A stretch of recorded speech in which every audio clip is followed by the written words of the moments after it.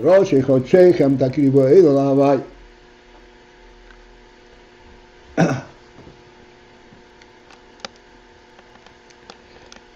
What's on top? The first little line, what does it say? So Yaita Dishmaya, with God's help, Shabbos Pashas Pinchos, Yeah. Tov AYIN Reish Beis, Tov Reish AYIN Beis, Which is the year that this Hemshah was said. which year? No. I have to figure out Tov Reish AYIN Beis. 18. That's about 200 years ago. Okay, 100 years ago. Yeah.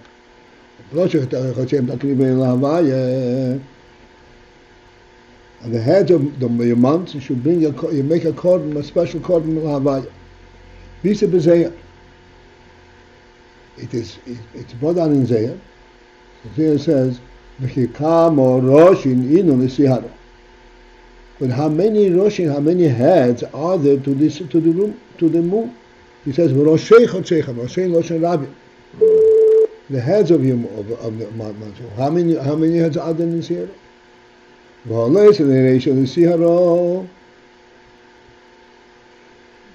And moreover, in fact, there is not even a racial Sihara. There is not even a single head for the Sihara. The Sihara, the moon does not have its own head. Elohim show only the sun, the Iyar, racial gabo, which is the head for the moon. What makes the moon a moon? It is the sun. The moon does not have its own head.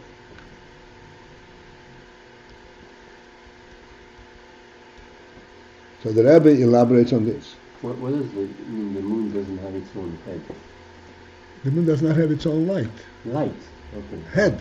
Doesn't have its own head means a beginning. A starter. Okay.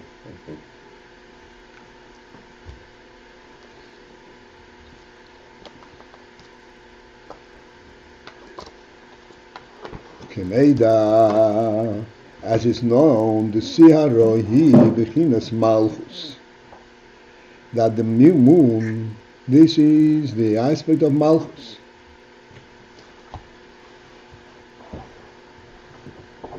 V'hamshocho b'malchus, and what comes to malchus, what provides malchus with all its content, hi mishemesh havaya. It is from shemesh havaya, from that in Lakud that's called shemesh.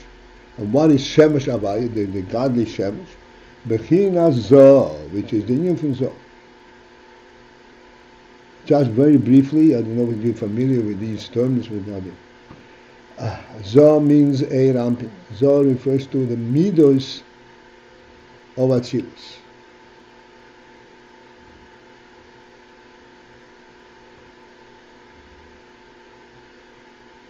So Zohar, this is the source of light in Atzilus.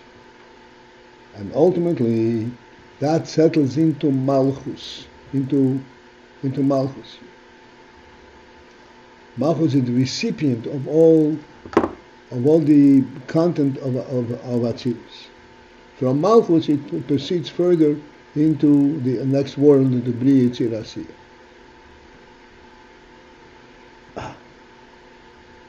V'im kein, and thus,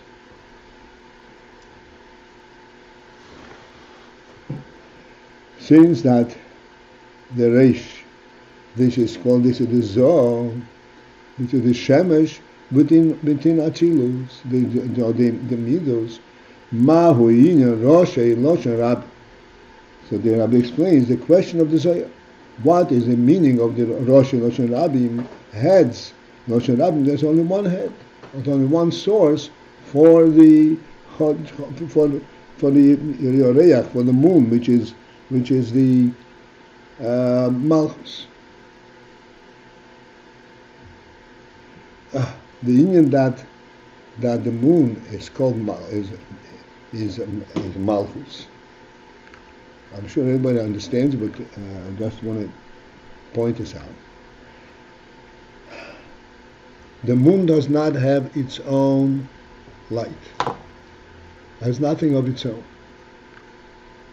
Everything that it has is from the shemesh, from the sun.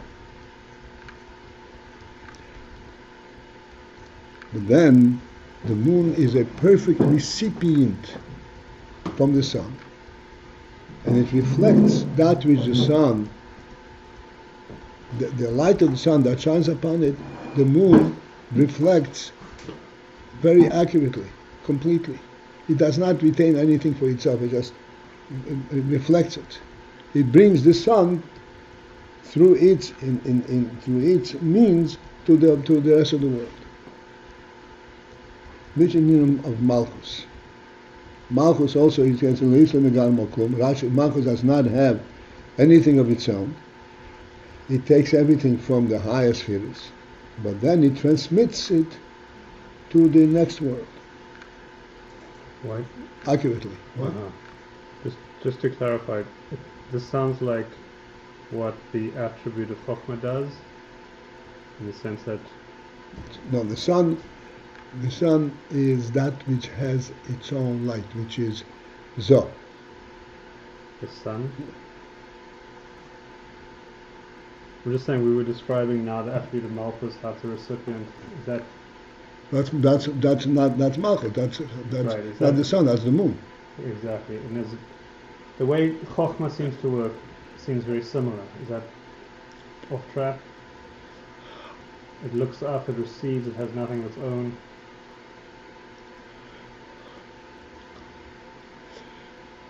Okay, no, it's not off track. That's an interesting observation.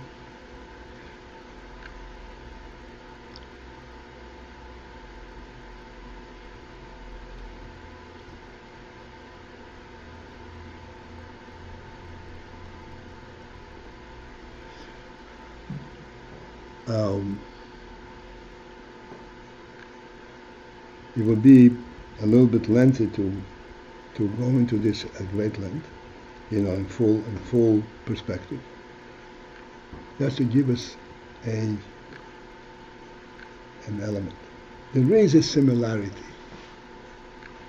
between what Chokhmah does for Bina and for the rest of the spheres, and what Malchus does for the next stage, for the next creation.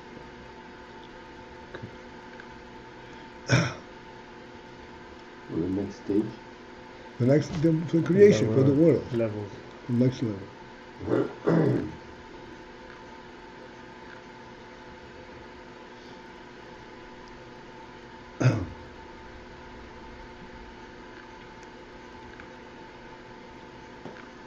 Chokhmah is a recipient from Rotzon.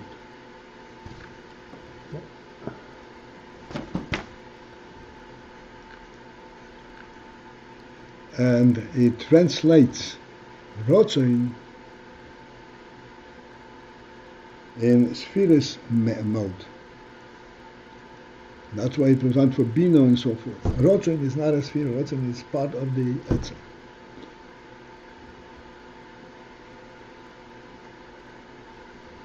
It's fair to say Malchus is doing something a little similar. It's receiving and passing along. Right. Except that, okay, perhaps as we go, maybe we'll have a chance to discuss it, the difference between Chokhmah and Malchus.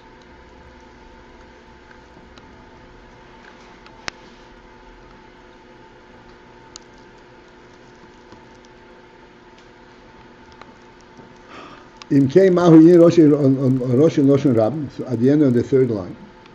Hello.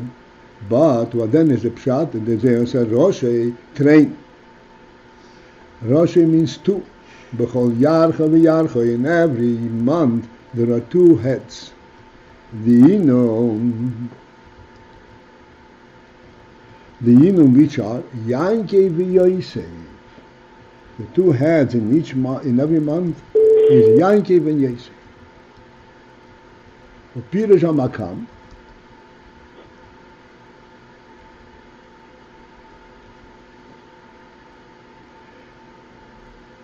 the Makam, the Pirush on the Zohar, Megdich Melech, explains the Yaakov and Yosef, that these two providers of Yaakov and Yosef, Zehu tifferet yesod.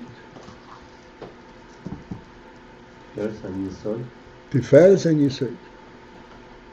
Yaakov is the madrege of tifferet, and Yosef is the madrege of yesod.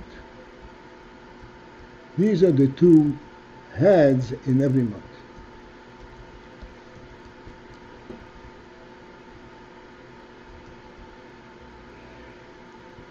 And that's why it's called Rosh Iyar.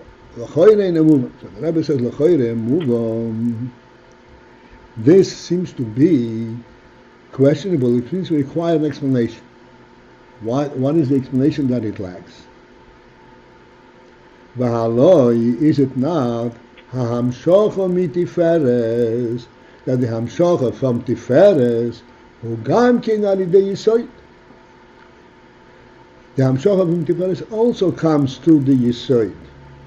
Ukineida, and as is known, shekol ha'hamshochas hem yesod, that all hamshochas come from yesod. V'im ken, and therefore, ma mechashev yesod l'roish b'fnei atzmo. Why does the zohar consider the yesod as a head on its own?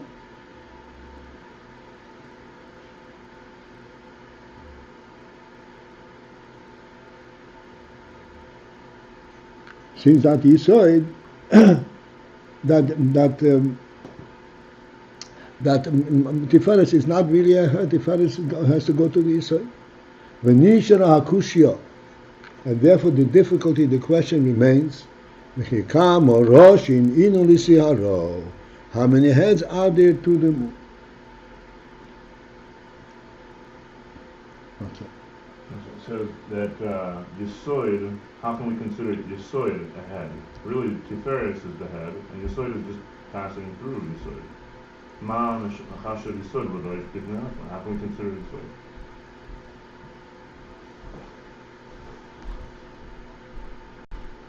Rosh b'fnei atzmoi.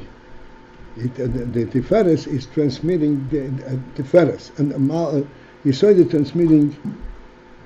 All hamshochas are through yesod, so it's not a separate rosh. It brings forth that which is contained in tifferet. It brings it. It's not to create its own hamshoch, its own spot.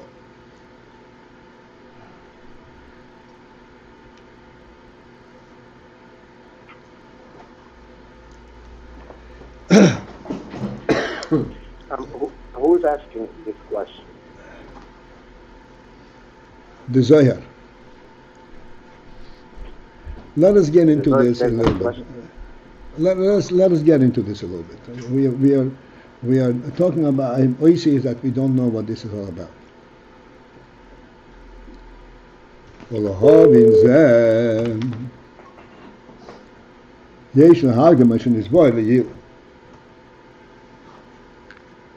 To understand this entire discussion, there are heads. How many heads are there? And how are the heads divided? And what is the head of tifferet, and what is the head of yesod? We have to reintroduce that which has already been discussed before. The ha'oira is the atzilus, that the oiras of atzilus, harei heim bibchinas islapshus pnimi,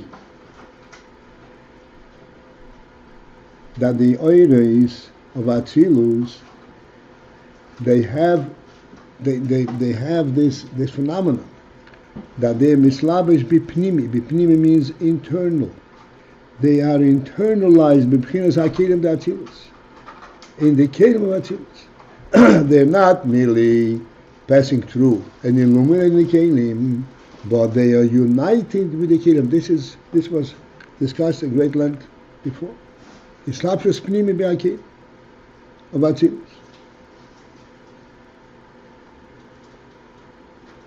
She'ali deizeh, whereby nasim bibchinas mehus u'metzius dover, whereby the oiros transform, they come to a state of bibchinas mehus u'metzius dover, of a presence, of a real presence. Bibchinas, such a manner that it can be referred to Oyer HaChochmo v'Oyer HaChesed. The Oyer of Chochmo, the Oyer of Chesed.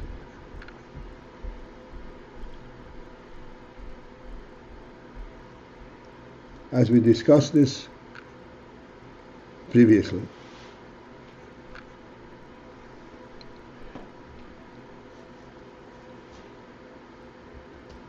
Oyer, I'm just reviewing what we discussed. Oyer, the principle of Oyer is not a beam of light. The principle of Oyer is the presence of the etzem. The impact of the presence of the etzem, that's Oyer. Therefore, there's only one Oyer. It is all the impact of the presence of the etzem. The etzem presents all the Oyers equally, together, because it's all representative of the etzem. But then, all the ingredients that is contained in that Oyer,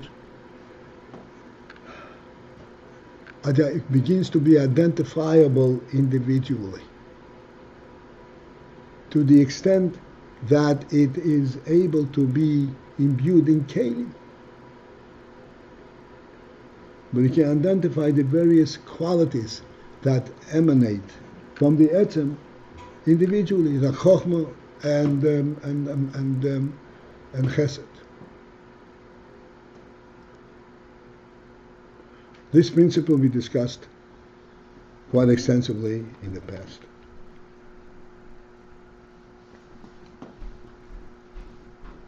In simple terms, as we're pointing out,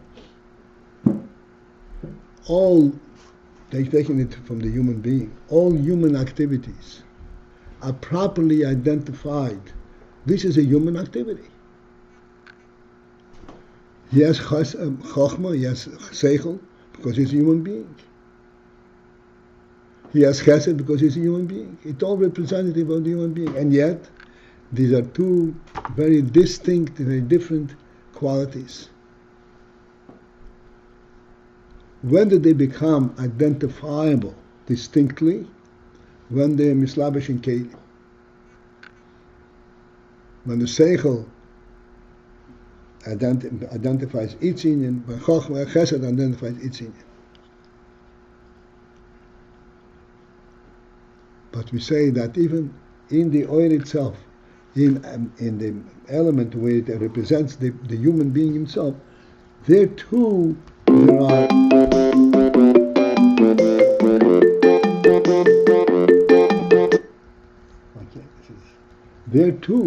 there are these qualities.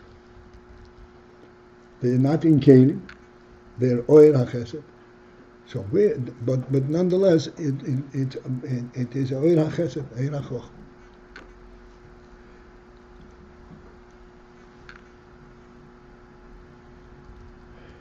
So the Rebbe explained. Let's just go one more line. The sibas hadoberhu, and we explained before. What is the cause that the oyer in itself also has an individual identity, not just identifying the reality itself. The sibur does mipnei, it is due to the fact is that the oyer is gam b'shorshon u'mekoiron, even in their source.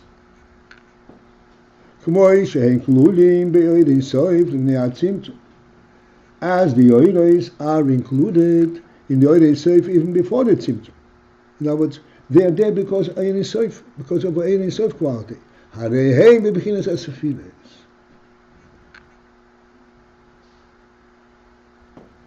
They have the element that they're as sphirot. Not Ein Sof, but as sphirot. So this we discussed about where does the as sphirot quality come from? It's the rotzen. There's an aim, there's a significance to the presence of this oil.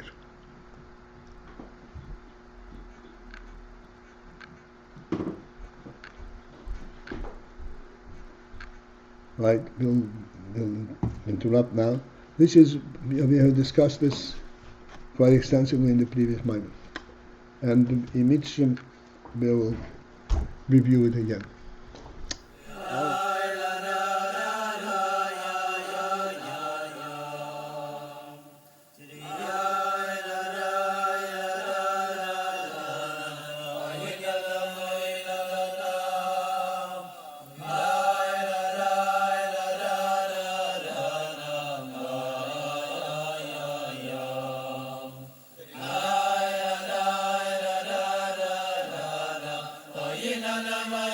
na na